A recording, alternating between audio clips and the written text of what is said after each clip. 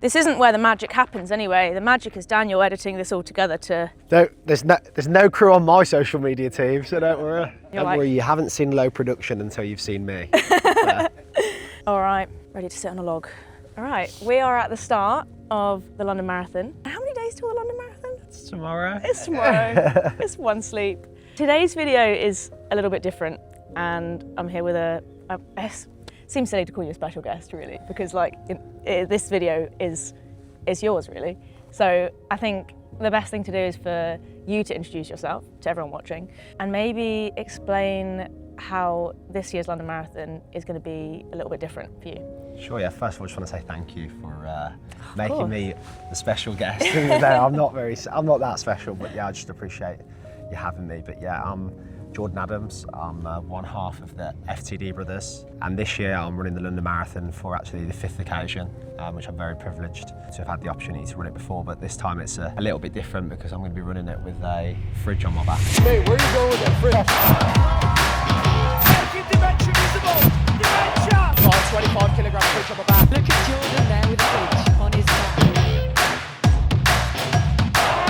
Nice to How are meet you? you. You okay? Good, Yeah, how are you?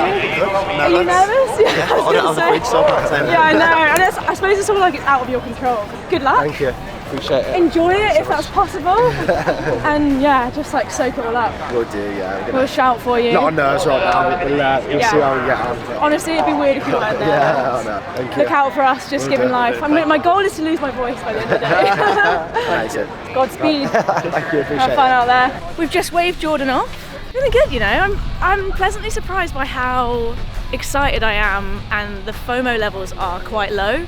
It feels really cool to be here, A, supporting Jordan, and B, just like at the start of a marathon, not racing, and able to kind of soak it all up without all of the nerves. I mean, I would love to be racing it, but also I get to just enjoy it and just chill and just get behind everyone else. Why a fridge? So since 2010, when sadly my mum, my beautiful, amazing mum, Geraldine, was formally diagnosed with a rare form of frontotemporal dementia at the age of 47. That day, when my dad pulled myself, my little brother who was 9, I was 15 years of age, and my older sister Kennedy was 17, into the front room of our family home to tell us mum was terminally ill. There was no treatment, no cure, and that we were going to have to take part in her care, essentially. Over the next 6 years, that's exactly what we did. You know, we showed mum as much love, care and compassion until, unfortunately, she lost her life at the age of 52 to FTD. But what makes our story probably a little bit more rare and cruel is the fact that it's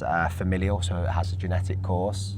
So we each found out, as my mum's children, that we had a 50% chance of inheriting the MAPT mutation in our case, which causes familial FTD. To give some context, I've lost my mum and 12 relatives in total to the same type of dementia. And so, sadly, after losing mum on the 14th of March 2016, my sister, really bravely, decided that she wanted to go on this genetic testing journey, and we had the best bit of news in kind of a decade that she wasn't a carrier. Yeah. From there, I was inspired by that and went on my own journey to getting tested and getting my result. And sadly, on the 12th of September 2018, my genetic counsellor delivered me the worst news of my life, that as a 23-year-old I was a carrier of the MAPT mutation, and that gives me a 99.9% chance of getting the same FTD that I saw strip my mum of everything that made her the amazing person, the amazing mum, wife, friend that we knew her to be. And yeah, I'd now sit here as a 30-year-old, soon to be 31, getting old,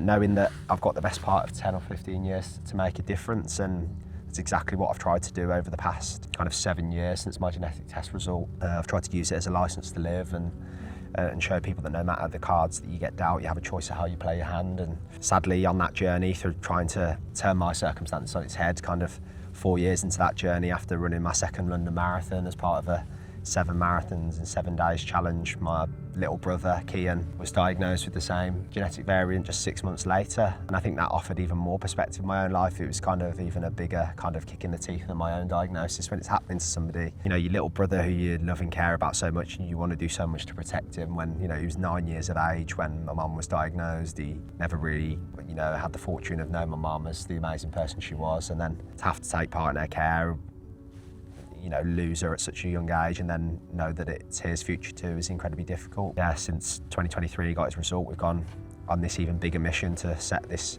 monetary goal, try and raise £1 million in our lifetime before we get FTD. And as part of this journey, we're now running the London Marathon on Sunday, me with the fridge on my back, and then another 32 marathons in the homeland of my 12 Irish relatives, one in every county, and yeah, on a mission to make dementia visible, hence the big appliance on my back. Yeah, it's going to be a special day. You know, I've been blessed with so much support online, but it never ceases to amaze me or overwhelm me when random strangers shout your name that you've put on your top. You know, it's incredible, isn't it? It's just, yeah, so many emotions go through your mind, and I think it just brings out the best of humankind, and I can't wait to immerse myself in the experience and really soak it all in. I can't wait to be one of those people cheering you on. Jordan! Let's go, Jordan!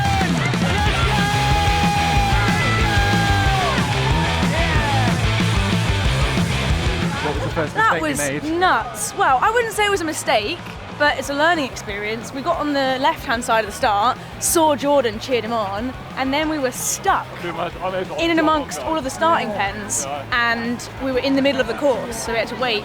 Luckily, there was a gap between the waves, and we've got across. So now we head to Cutty-Sark.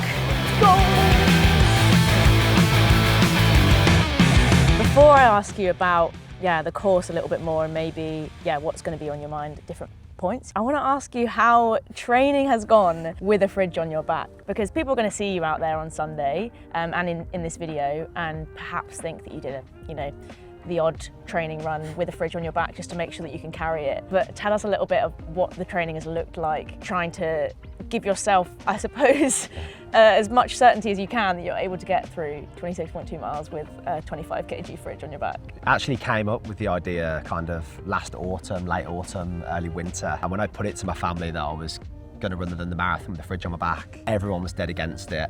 I can imagine why. No one more so than my little brother, who's a fully qualified physio with a master's degree. You know, he was like, this is a serious challenge. You know, you are putting your body through a hell of a lot here. You know, you put in a lot of weight, a lot of strain through your tendons and your joints, and this could do kind of a lot of damage, and I'm aware of that. And I said, okay, well, you're the expert here.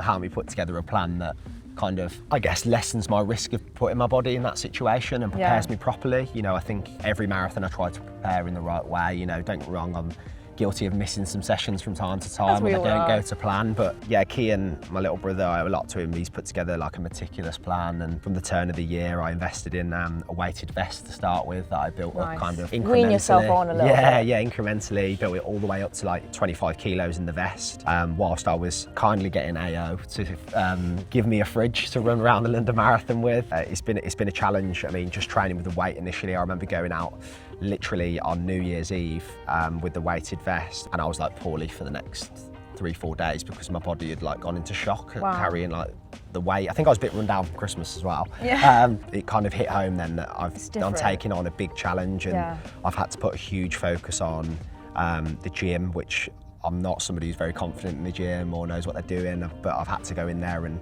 make sure I'm lifting regularly, and then pairing kind of those lifts up with specific plyometric movements, that sort of stuff. And then came kind of the engineering side of the fridge and the contraption of how I was going to actually lug it round the London Marathon. And I'm fortunate now that, you know, with my audience, once I kind of put it out there that I was looking to do the idea, I had a couple of people reach out who have taken on similar feats and gave me some things definitely not to do, things that they wish they'd done, and it's been kind of invaluable, their advice. And I bought a frame from Amazon of all places that I've been recommended that's actually designed to carry logs for like hikers and things. Up to the job then. So well, I thought so. And then maybe not. I trialled it for a few weeks, and I built up from like just like focusing on time and feet and things like that, but I was around like building up to like 10, then to 15k, and then gradually got up to like 20k. Then the next week I was going out to do essentially my longest run of the block. I was looking to get between 30 and 32k with the fridge on. I got to 28k and the frame that we had snapped whilst I got to 28k. That's what's holding the fridge to your back? Yeah, so essentially it's like a bit of the mechanism, when people see it, it's like a bit of a shelf, like an aluminium shelf, which we then have strapped with like harness and straps to the fridge to make it all one. And yeah, I was out on my 28k run and there was just too much bounce and too much strain in it, and it snapped. And luckily it didn't injure me or anyone I was with. But yeah, it's from there I'm very fortunate. My father-in-law has a lot of fabricating experience. Okay, nice. We've got something a little bit more sturdy now. Yeah, so we've actually got the same frame, but it's been strengthened and welded, and it's actually physically bolted to the fridge now. So it's all one piece, which means there's not much movement in it. And so hopefully the risk of that happening again tomorrow at some point along embankment is low? Yeah, definitely very low. Okay, good. I trust Tim, my father-in-law's expertise in that department, and it has been tested. I have tested it since, and it just feels way better. There's less movement. I've also adapted the rucksack straps with 2 cut-up yoga mats, very high tech. Very good. to make sure that it's comfortable and there's no kind of room so that the straps can move and irritate me. But it's still awkward, it's still heavy and uncomfortable, and it's still a fridge. It's still a fridge, yeah. So.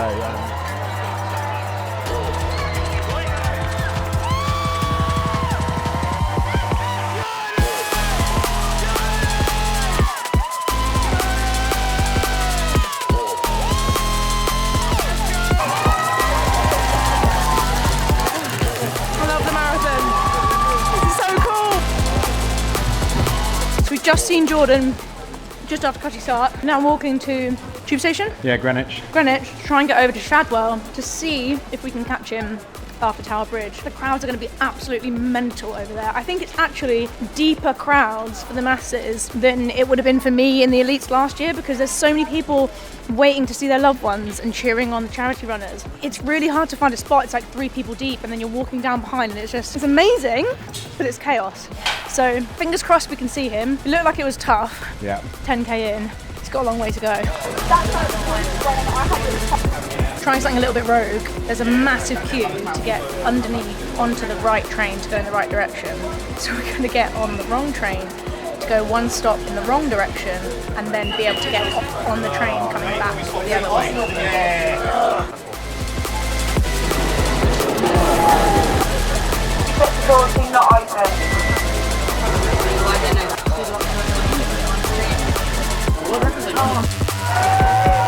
You've not only got the practical side of things to think about, you've got to carry the fridge tomorrow and hope that you don't get injured, because that challenge is coming up that you're doing with your brother. How much of that do you think is going to be like on your mind while you're out there running versus the emotional side and what comes into this challenge? What do you think you're going to be thinking about at different parts of the course tomorrow? Quite honestly, I'd love to say that I'm going to try and enjoy it, but I think that's going to be really difficult tomorrow. Yeah. This is just kind of the start and the launch pad for a wider mission, but it's also away from the actual physical challenge itself that I've trained for. You know, I've put so much into it, from kind of putting out on socials, on my own channels, planning media and PR and getting opportunities to tell our story, that there's so much in my brain that I've got to actually tick off during the day. So I'm hoping I can enjoy the experience, because I really love the London Marathon, but I just know that it's going to be extremely difficult at points too, and that's where I'm going to have to lean on not only my little brother, but also support of the crowds and ultimately my why as to why we're starting this journey. If I think too much about getting injured, then ultimately I feel like I'm putting it into existence anyway. So true. So I think I just need to focus on like baby steps, 1 step at a time. Let's try and enjoy London, get past each mile, hopefully get round in one piece, and then we can focus on getting to Ireland that evening and going from there. But yeah, I think if you look too far down the road, then you're only kind of putting everything in jeopardy anyway. Try and keep my feet on the ground and try and enjoy those moments, try and be present in them as well, because as much as it's going to be painful, we've already experienced so much support and so much love, and I really want to harness that and use it to kind of propel us forward on the bigger challenge. So it's so important. I think people who aren't running London with a fridge on their back can take so much from that, because when you are hurting, when it is hard, when maybe there is something that could get in your way of getting to the finish, or something that concerns you, thinking ahead to the point where that could happen, it almost writes your future, and it stops you from taking in all of the positive that is around you. There are all these people out there giving life for total strangers and cheering you on, and whilst it's probably going to be pretty painful, it can be painful whilst that also exists and you take it on. Definitely, and I think that's kind of the beautiful thing about marathons, is rarely do we have days where everything goes to plan. You have to kind of think on your feet at times, and you have to lean on the support in the crowd, and I often reflect on moments, particularly running London, where I'll run through a certain area, usually Canary Wharf, where I'm usually struggling by that stage. Questioning life decisions. My GPS is doing all sorts of things, and I'm questioning life. Yeah, but it doesn't take long once you get through there to see like the home straight, and your mindset like almost flips on its head. So you go from thinking, wow, this is impossible, to all of a sudden it's like this is close now. And I think you just have to keep that in the forefront of your mind, and in those real moments where it does feel like a million miles away. Yeah. Really harness that support of the crowd and the reasons why you're doing it, and it'll get you through it. 100%.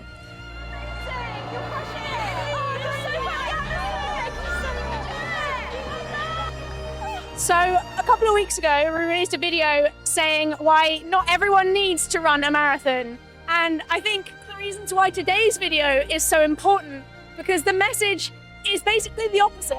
This is why everyone should run a marathon, why everyone does need to run a marathon, because every single person out there has a story and a reason for why they're doing this. That's what's so incredible about watching the masses, is you can see down the face of the people running, whether they're wearing a charity vest, a costume, or maybe they are running for a time, but everyone has something they're running towards, and it's just magic.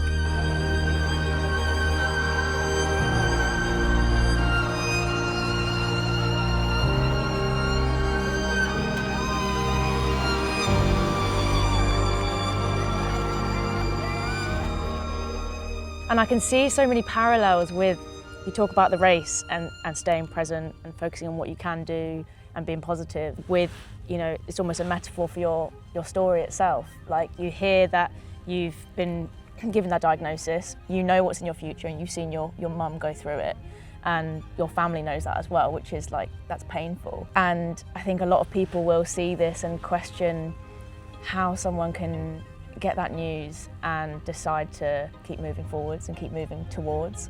What do you think it is in your mind that has kind of provided you with that? I think ultimately, like, the whole reason I'm sat here today even talking to you is because of my mum. My mum she poured so much love and positivity and joy and light into the world that I just want to keep reflecting that in every aspect of my life. I was so fortunate to have her as a mum, and I'm so fortunate to have my dad as well too in that, and my family. And I often say I could happily sit around and moan about what I haven't got or the rubbish cards that I've been dealt, but then I'd be just missing out on the things that I have been afforded in life, and I seek a lot of gratitude for those. And I think more than anything, with the knowledge now that I have, knowing that my life is going to be short, I want to fill that time with as much positivity as I can and build something bigger than me and my family in terms of bringing kind of hope to other families in a similar situation, and building a legacy that ultimately I sit here knowing that I'm going to lose my life to FTD if nothing changes, and I'm going to leave behind a wife,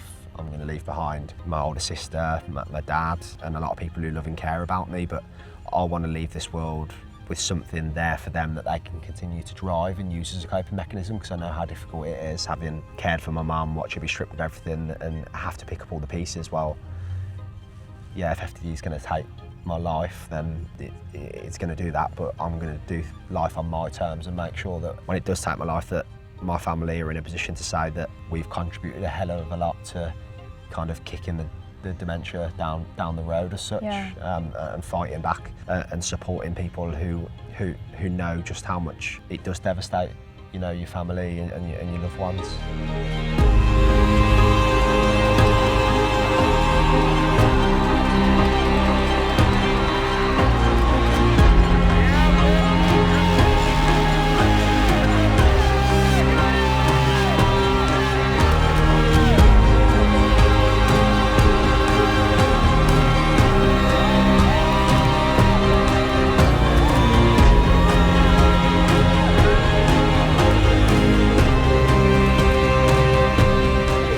Just seen Jordan for the last time before we'll see him at the finish. It looked like he was working, but I think we gave him a big lift. We had like a really good crowd around us, so we really got behind him, and he gave us a big smile. So he's got his brother there with him, and I've lost my voice cheering for him, but I'm just in awe, like not only of Jordan obviously running it with a fridge on his back, but we saw another guy come through with a fridge on his back beforehand. There's so many people out there that are like hitting the wall and walking and really struggling, but they keep going and the crowds just get behind you. It's incredible.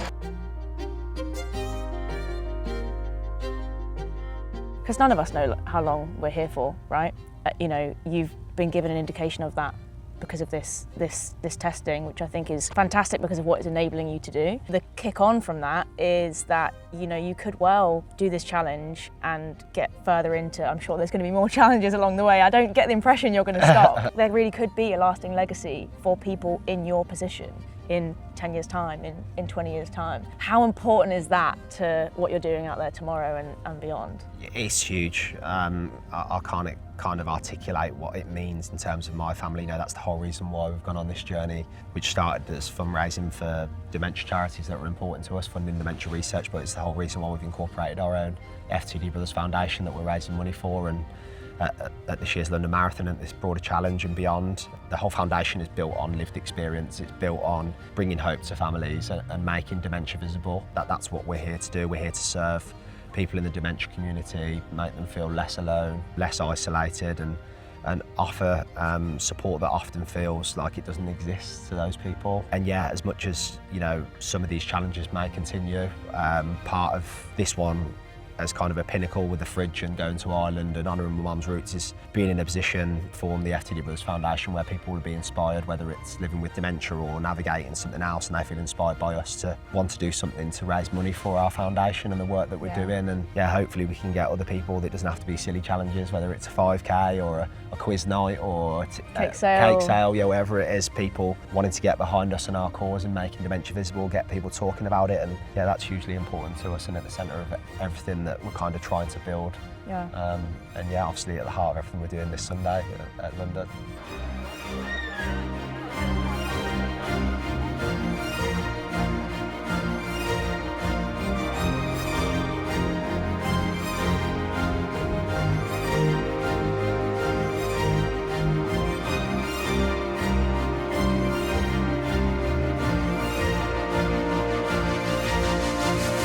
Actually, I feel that bad. I've heard about your story. I'm all right. I just feel okay.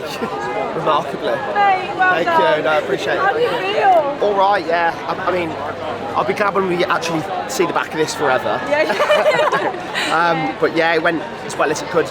Key was amazing. Like, dousing me in water all the time. Congratulate you. Follow you on social media. You're amazing. Thank you. I really appreciate the support. Thank you. But yeah, I'll never have an experience like that again in my life. Yeah. Like, the amount of people shouting at me was incredible. Is it Sifan Hassan? She's been talking about me on the BBC. No way. Saying I've inspired her. Like, Wow. like, it's just incredible. I can't believe it. So yeah, it's overwhelming, but I've got to keep my feet on the ground because I've got to go to Belfast. But it's one of those things. I feel like I haven't even been able to take it in properly yet. So It's just happened to you. yeah, Oh, well, you've done incredible. it, Thank so- you. No, I appreciate the support so much. Incredible. Yeah. Well, I thoroughly hope that you get to that £1 million target. I mean, obviously, people can support, they can watch this video, they can share it. We'll have your link in the description. I would just encourage everyone to go there, and if you can donate, please do that. If you can share this video, if you can watch this video more than once, you know, that helps. And I think just getting all the attention we can on your story. I know myself that my family's been impacted by dementia. I'm sure there's no one watching this who doesn't know someone who has had dementia or has had their family impacted by it. So I think it's hugely important work to talk about, and your challenges, yeah, inspiring doesn't even feel like a big enough word, to be honest. Well, I hope that I can inspire a few people, and you know, I think it's important to mention as well, you know, just achieving, you know, that running around the London Marathon is a huge feat in itself, and yeah, I just feel so blessed to be running for the 5th time and for a cause so close to our hearts. But I just want to say thank you for helping, you know, serve our mission as, you know, making dementia visible and creating as big of an impact as we possibly can in the time we've got. It means the world to me and my family, so thank you. No, thank you for just being who you are and taking it on. I think it's, yeah, I think it's incredible.